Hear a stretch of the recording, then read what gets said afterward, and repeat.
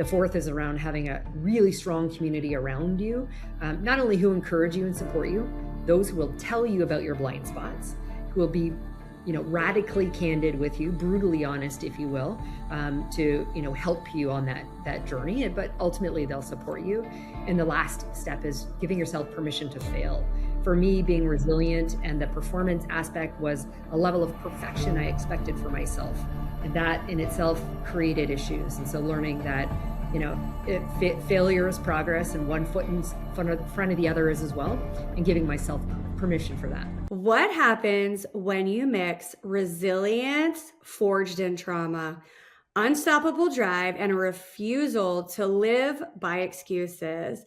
You get Victoria Pelletier, an executive who's became a COO at 24, led through nearly 40 M&A transactions, and built a reputation as a dynamic force in leadership and transformation. Recognized globally as a top LGBTQ leader and an award-winning executive, Victoria proves that adversity doesn't just define you, it equips you. Today, she's going to share what it takes to build resilience, shape personal brands, and co-create the future of leadership and culture. Welcome, Victoria. Thank you for having me. Happy to be here.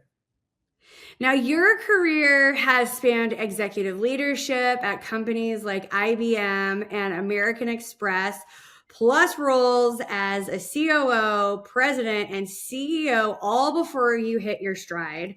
Can you share how you helped shape this portfolio career and what your journey has taught you about leadership? Yeah, sure. Well, the first thing I'll say to your listeners is that this wasn't the planned corporate career. I thought I was going to be a lawyer. And while I was doing my undergrad, I worked in a bank and got promoted through the ranks quite quickly into leadership. And what I thought was taking 1 year off before I was going to go to law school never happened. I realized I loved the corporate world, the complexity that it created, the leadership role that I was in. And so I stayed with where I was thriving. So that it was not part of the plan. But through a strong focus on performance, the things that I could control, making myself relevant, building the skills for future, having a strong personal brand, being the kind of leader I would want to work for, I have been able to now lead 25 years. I got recruited out of banking into the world of professional services about 25 or 26 years ago. And I've worked in professional services from, managing either divisions of markets or whole businesses. And as you mentioned in my introduction, everything from a chief operating officer to president of a company to CEO of a data and analytics company, and always a side hustle, by the way. I've never not done something on the side as part of, as you said, portfolio career. I've built it all the way along. So by the time I'm ready for it to be full-time, my career of portfolio, it's already there for me. Ready to lead smarter and invest wiser? On the Executive Connect podcast, we unpack executive strategies for wealth and influence. Hit the subscribe button now. Don't just watch, act.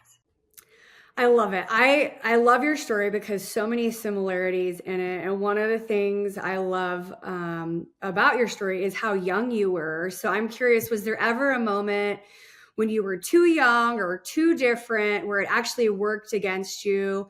And how did you respond to that? Yeah, I started working at age 11. By 14, I was promoted to my first leadership role. I was the assistant manager, I should say, of the shoe store I worked at while I was in high school. And even in that first role, I was leading people who were, 10 or 20 years older than me. So I experienced it at 14. To that first executive role at 24. So not only was I the youngest executive by 2 decades, I was also the only woman. And so I felt that I had to. I'm going to own some of the way in which I showed up. I thought I needed to appear to be all business all the time, no emotion, no vulnerability. As a young female executive, I didn't want to appear weak. And so I showed up in a particular way that later got me the nickname as the Iron Maiden. So I had to pivot. I had to learn to be, I said earlier, I wanted to be the kind of leader I'd want to work for. So I had to shift. But that came from being and feeling like I was the only, because I was so young. And then subsequently, I've been questioned. I think I got relocated the first time originally from Canada. And I remember I got relocated to New York in my late 20s, running all of our North American operations. And I had, one of the other executives who reported directly into me was probably close to 60, had spent her entire career in that particular industry where I was new. And so everything was questioned in that capacity. So I needed to lean into the leadership piece, learn to talk about our differences and how we would leverage them to do well together.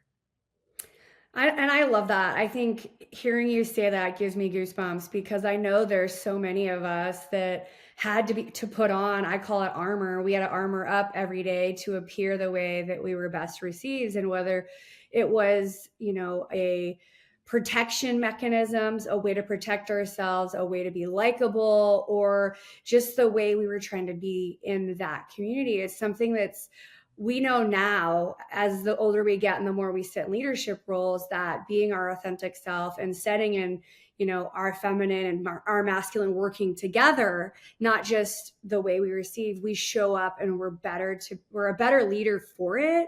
And I think that perspective, similar to you, has made me a better leader, because I didn't want to be like some of those other leaders were towards me. So I love that you said that. I think there's so much truth in all of that. Now, how do you decide when it's time to stay and build versus move on to your next thing or evolve into something else? I've been, some might not say it fortunate. I believe fortunate to have been a part of so many different kinds of transformations that it's allowed me the opportunity to build, to do something different in those 40 plus mergers, acquisitions, divestitures. Many of those were either companies I bought or sold for myself, or for the companies I worked for. And the rest have all been for the clients that I've supported in my professional services capacity. And in doing so, it's allowed me to make some decisions and sometimes architect my exit to go on and do new and different things. So I have moved around every few years in my career. The longest I've ever worked at any one organization is maybe 6 or 7 years. And that was early in my career. Did I do that? And the decision for that, for me, is I am far from a status quo type of person. I like challenge. I thrive in chaos. And so I love the transformation side of things. So if I ever get bored, I look to do something different. Ideally, I would like to do that within the organization I'm in. And I'm fortunate that I worked for, as you said, many Fortune 500 companies, and that it's afforded me the opportunity to move around within. But oftentimes it's come externally as well. And so I've jumped on those. And if any of your listeners will go and look at my LinkedIn profile, you might not think it's like this linear move. Yes, professional services, but everything from pure call center outsourcing to I spent a decade doing running corporate travel businesses, to human capital businesses, to technology companies. There's a commonality to it, but learning new and different is what gets me excited and why I look to thrive. And the last thing I'll state is advice I give to many. I'm not always as good taking it for myself. When you're in a difficult situation, learn to control what you can control, right? How can you change? If you are unhappy in your role with your leader, with the organization, what can you do to change that situation? And then if you cannot, after you've, invested effort to make those changes, if it's just not working, then at that point, it's likely time to make a change. Money Ripples is on a mission to help professionals like you get their money working harder. Their clients free up an average of $35,000 their first year without having to work extra hours. To show you how, they've put together a powerful training called Cash Flow Secrets. And as a listener of the Executive Connect podcast, you can get it completely free. Just visit moneyripples.com/secrets and enter the promo code EXEC. I love that. And Interestingly enough, when you said when I get bored, I think the times that I've gotten bored in my career, I stop growing. And so when I'm bored, I know that it's a sign that I'm going to stop growing. And instead of stopping that growth, I need to pivot and really using boredom as a symptom for redirection. So I love that. And then kind of secondly, um, back in my career, I always felt that in my early 20s that I was the odd duck because I never got to do just one thing. Like I had friends that were just engineers or just doctors or just marketers. And kind of to what your point is you've been kind of this Swiss Army knife as so many things, what's really left you dangerous in so many ways to pivot and change direction. And so I love you sharing that because I think that's a really fantastic piece of advice is expand what you know. So if you've never done this one thing, try it, and get a different perspective. So I love that you brought that up. I want to switch gears to talk a little bit about, you've said resilience at the core of who you are, born from experience in your early life that could have stopped many people in their tracks. You said resilience is at the core of who you are. Excuse me for that. How do those moments shape you and strengthen you and help you with agility as a leader? It, sadly, I've learned resilience because I've suffered pretty significant trauma and adversity in my life. And I believe you have a choice in how you are going to respond to that. You can't prevent all of the challenge or adversity that comes your way, but you do have the choice in how you're going to respond to it. And so learning how to channel the challenge, adversity, trauma, into a place where I move from trauma to thriving has been a choice for me, but it's helped me significantly in life, in business, in learning how to deal with the chaos around me, those mergers and acquisitions, the troubled business units, and how to turn them around. So dealing with those kind of challenging situations and challenging it for good and positive and growth has helped me significantly. So I would say resilience is at the core for me, who I am, how I lead in business. Interestingly, much like the showing up with the armor and showing up, with no vulnerability and emotion, hurt me, as I said. My early way of being resilient was to not process, not talk about some of what had occurred with me, in part because I actually didn't want anyone to look down or look differently at me because of it.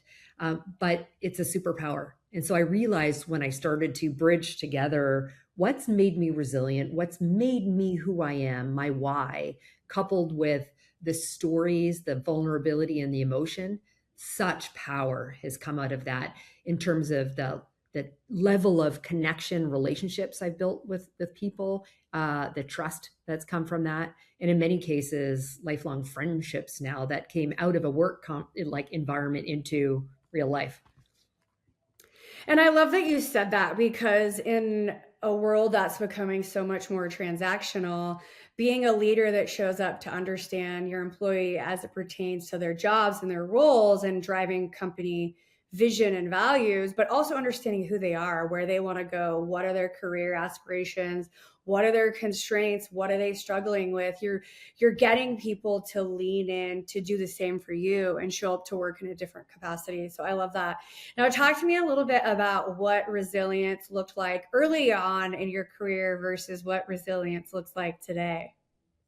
Yeah, it very much early on meant I just sort of plowed through whatever it was that had occurred.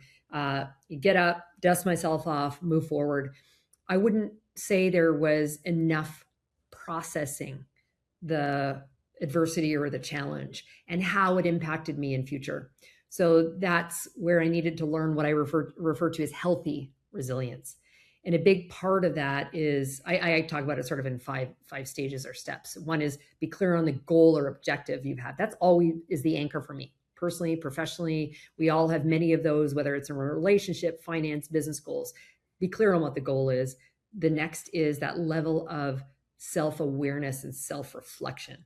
And so when I have an emotion that might come out and I look around, I'm like, oh my gosh, where does it come from? So looking back at the woman that stares at me in the mirror critically to understand that. So that level of awareness and reflection. The next is then modeling. So taking action around the thoughts, the language, the actions, the behaviors that move you forward.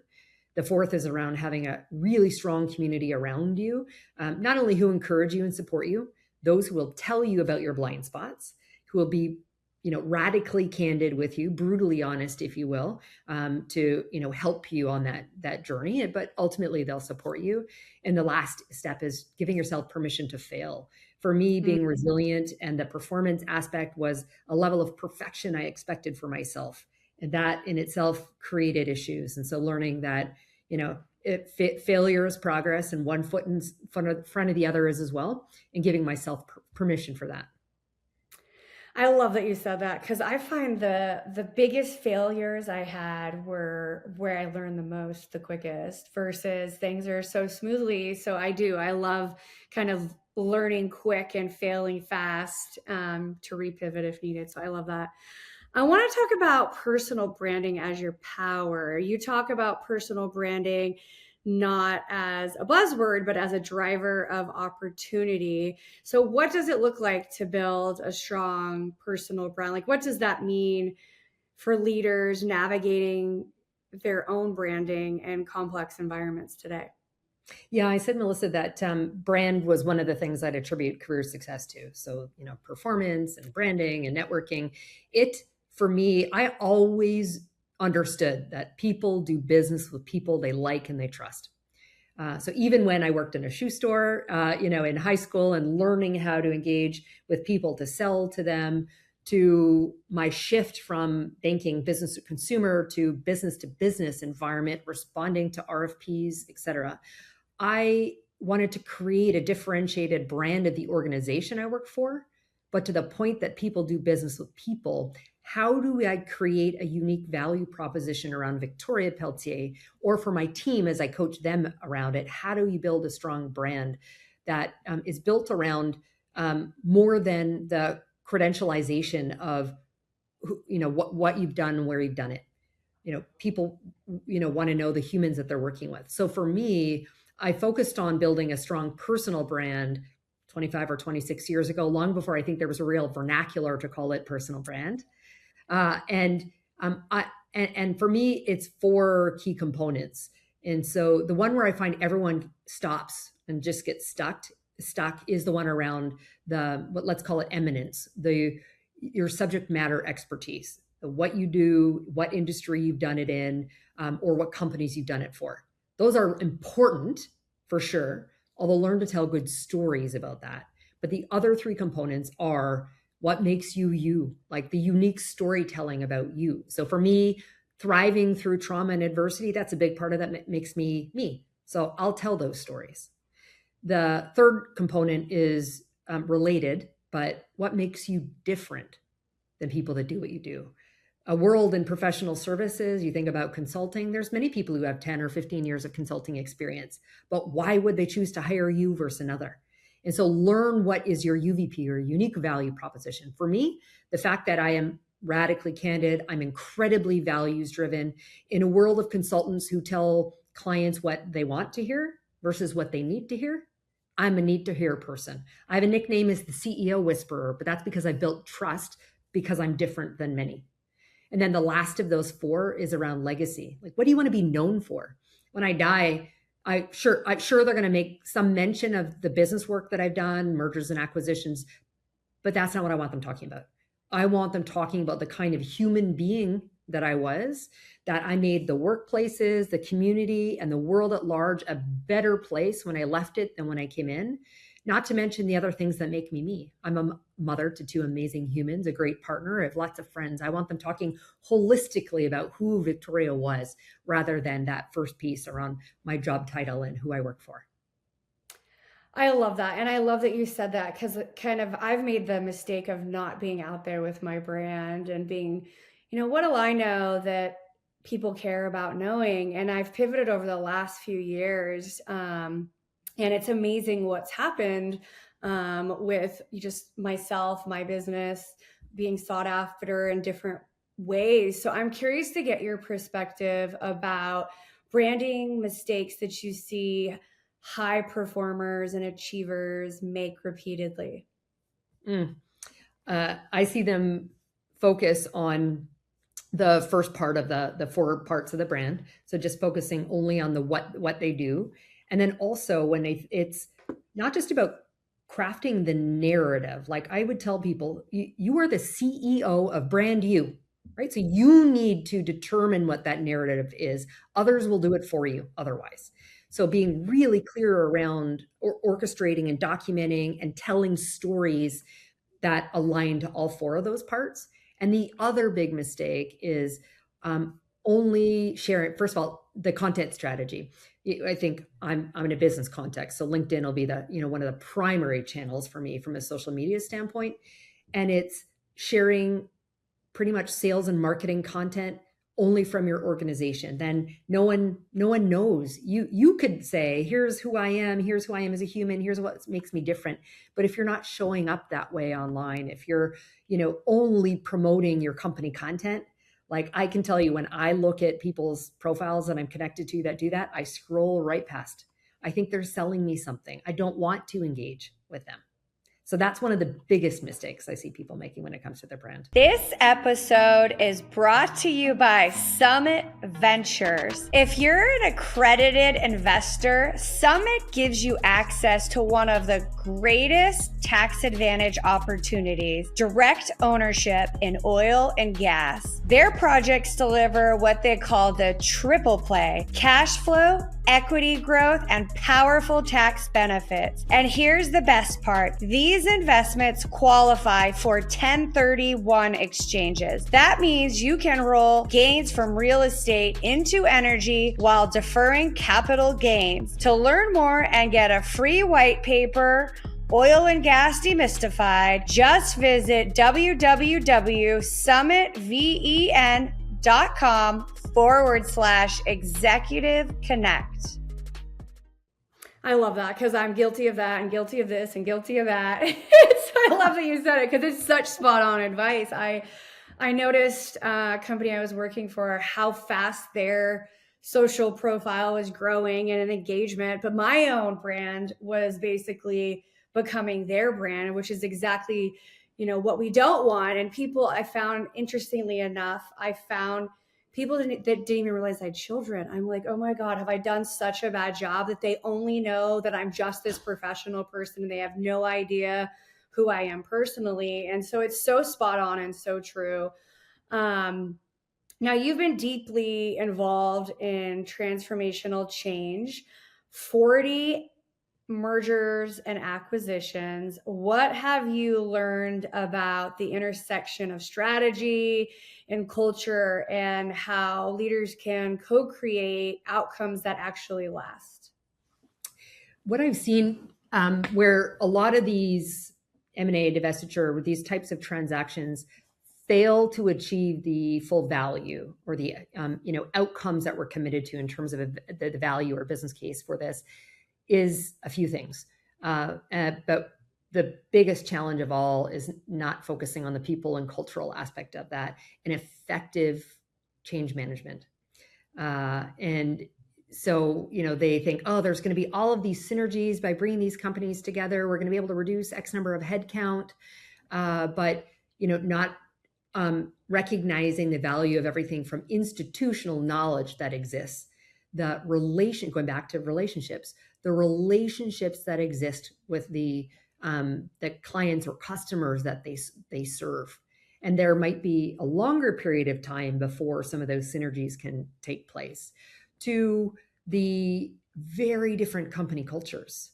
I worked for IBM when they acquired Red Hat, who had such a strong culture. So actually, their decision was to almost let them on their own, so as not to break the Red Hat culture coming into Big Blue.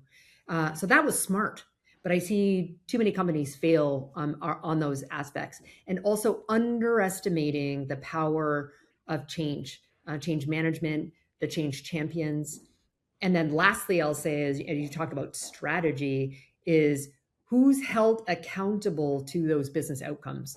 I see strong project management offices, and maybe they call it a transformation office, but I think it's small t transformation, not big T transformation that leads it. And the level in there that needs to look at calling out risk, um, measuring like the outcomes, and holding people accountable to that original business case is missing. So more and more, in fact, even in the business unit that I lead for the company I'm at now, I lead for our clients a value realization office. So that we can help them, those leaders, be held accountable to the transformational outcomes through, and in this case I work for a technology company, through the technology and that transformation. So big T transformation, holding accountable to value and outcomes, and then a real focus on the people, culture, and change management to be successful. Yeah. So, what do you think the fastest way for leaders to destroy culture during M&A or transformation? What's the fastest way they do it unintentionally, maybe?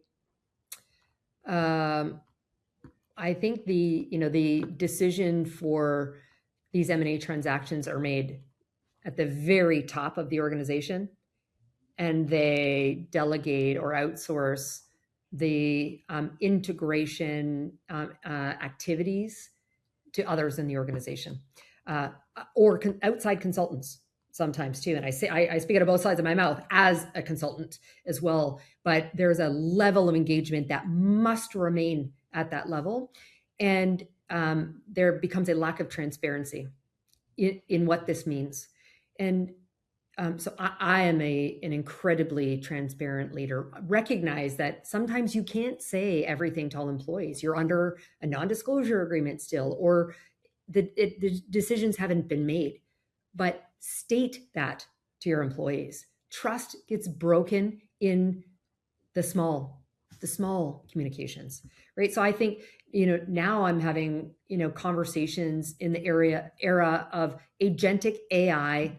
Everyone's roles are going to be impacted, or most I should say. There's only a handful of roles I think that are not necessarily, or not to the same extent, but we're afraid to have conversations around what this is going to mean.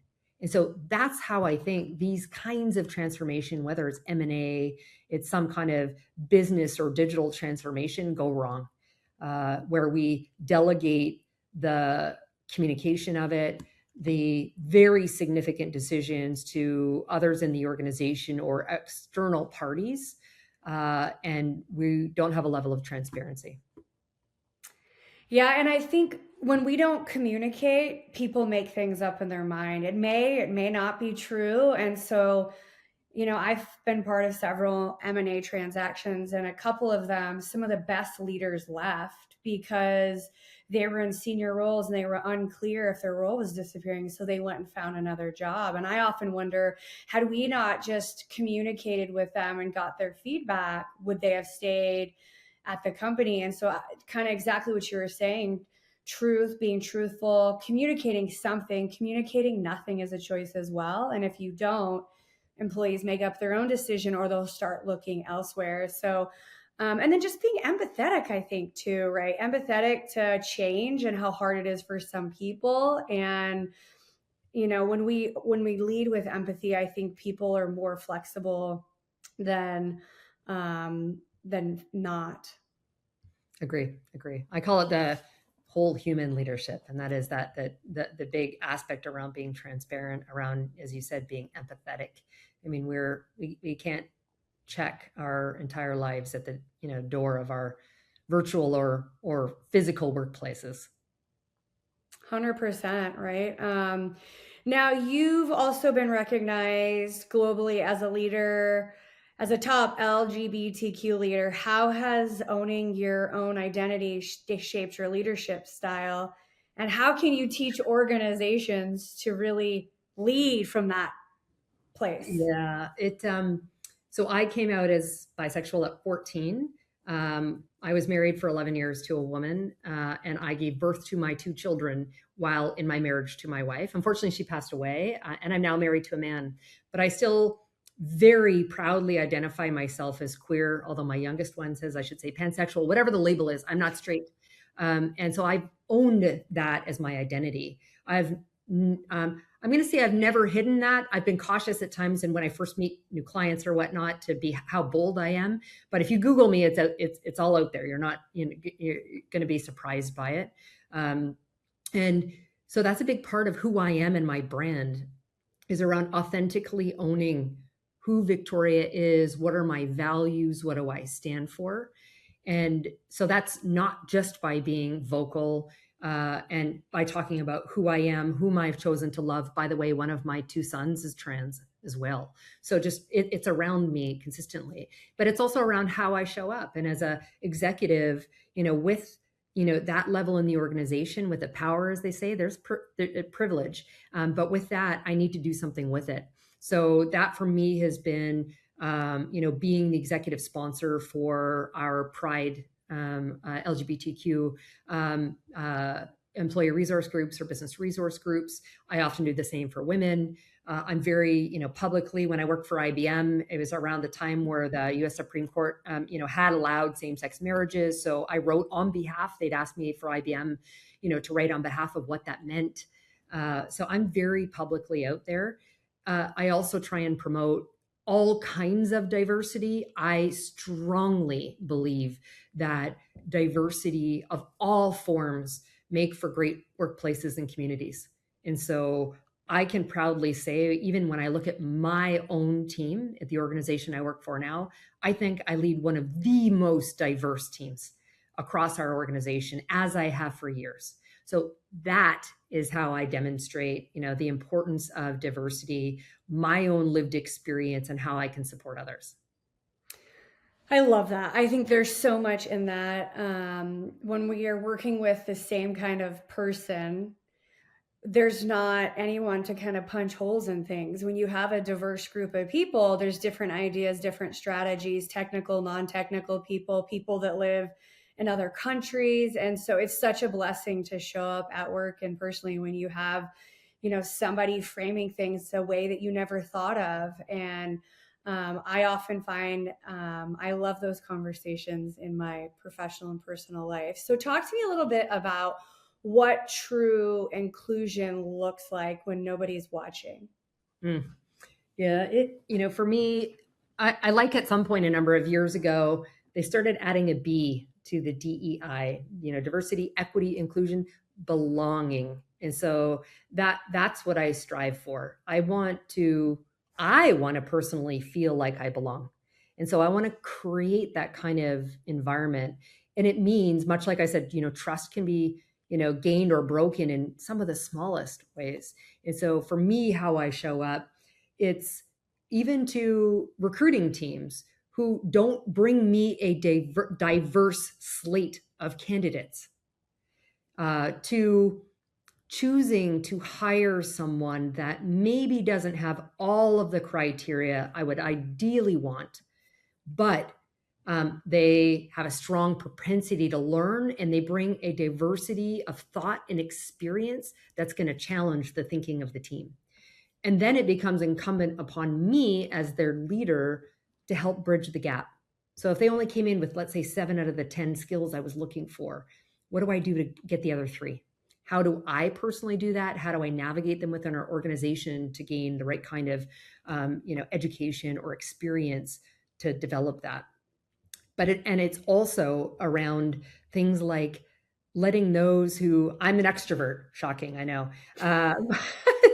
But in a room, how do you give voice to those who don't have the level of confidence or extroversion that I have?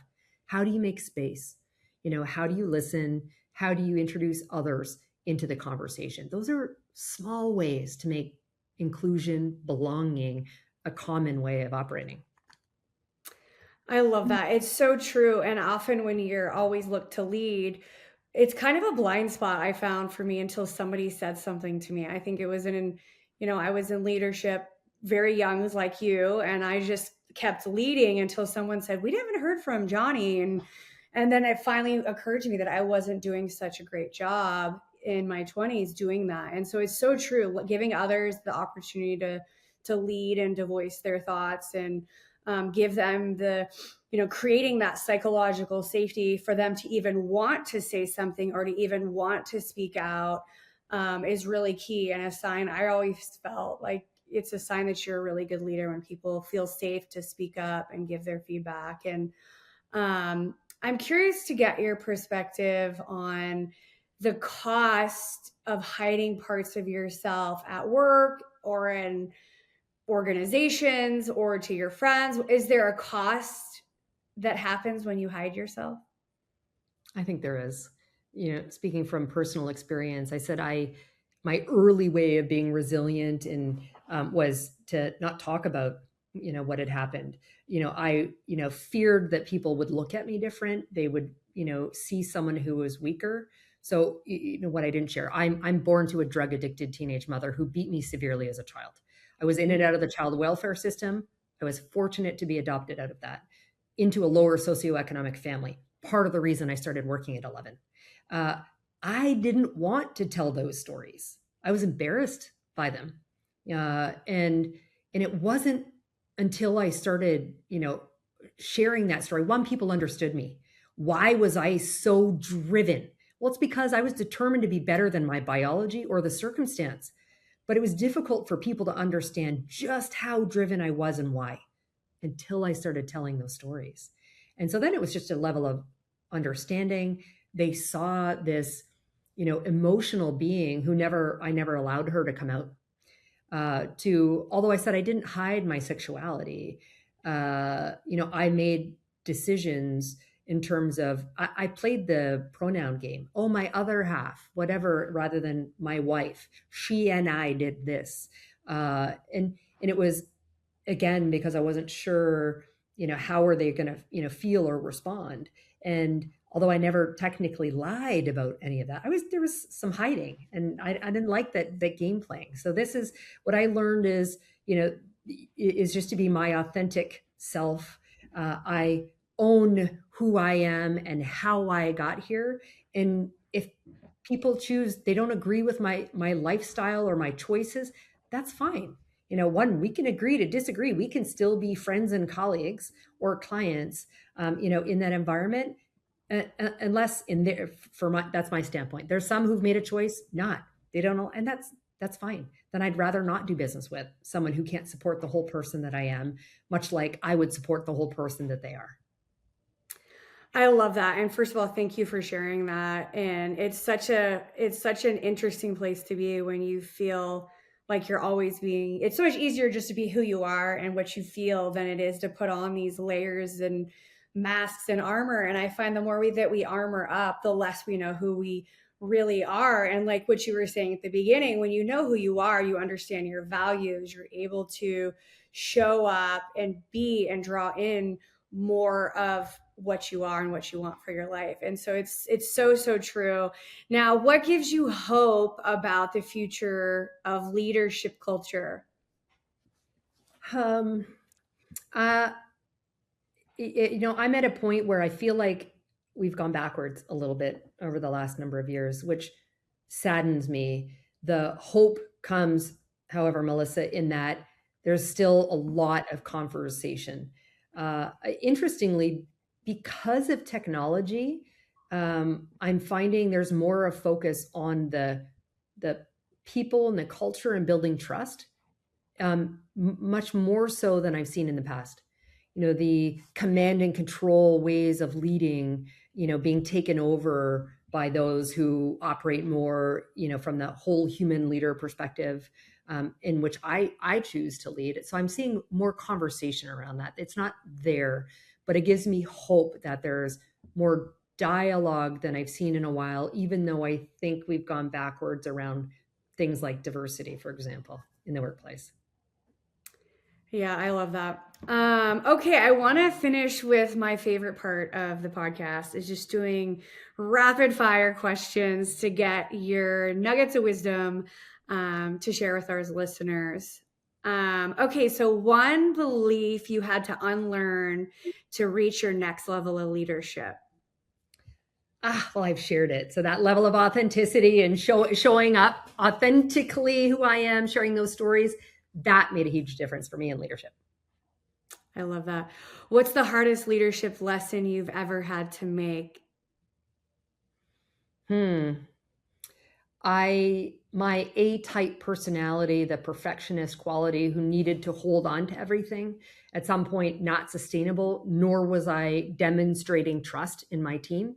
So learning to let go, learning that 80% sometimes is fine, and that I needed to say no, delegate, and outsource, and particularly to my teams to demonstrate trust in their leadership capabilities.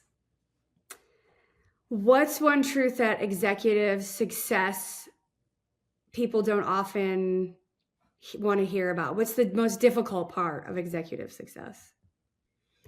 Hmm. Um, Oh, that's hard. Um, the I think for many executives, I believe they think that there is a trade-off for a focus on culture and people in achieving the financial or business results.